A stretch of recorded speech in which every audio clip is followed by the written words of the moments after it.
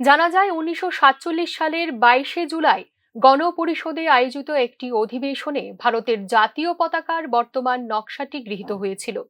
সেই বছর 15 আগস্টে এটি সরকারি পতাকা হিসেবে স্বীকৃতি লাভ করে। তাই 22শে জুলাই জাতীয় পতাকা দিবস হিসেবে উদযাপিত হয়। ভারতের জাতীয় পতাকাকে বলা হয় তিরঙ্গা, যার অর্থ তিনটি রং।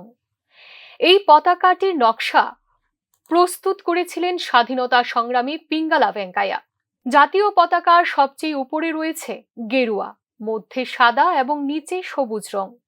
গেরুয়া রং সাহস এবং ত্যাগের প্রতিনিধিত্ব করে, সাদা সত্য এবং বিশুদ্ধতার প্রতিনিধিত্ব করে, সবুজ রং সমৃদ্ধিকে বোঝায়। পতাকার কেন্দ্রে অবস্থিত অশোক চক্রে 24টি স্পোক রয়েছে। জাতীয় পতাকা আকারে আয়তাক্ষেত্রাকার। ভারতীয় জাতীয় পতাকা খাদি কাপড় দিয়ে তৈরি হয়। ভারতের জাতীয় পতাকা স্বাধীনতা ও গৌরবের প্রতীক।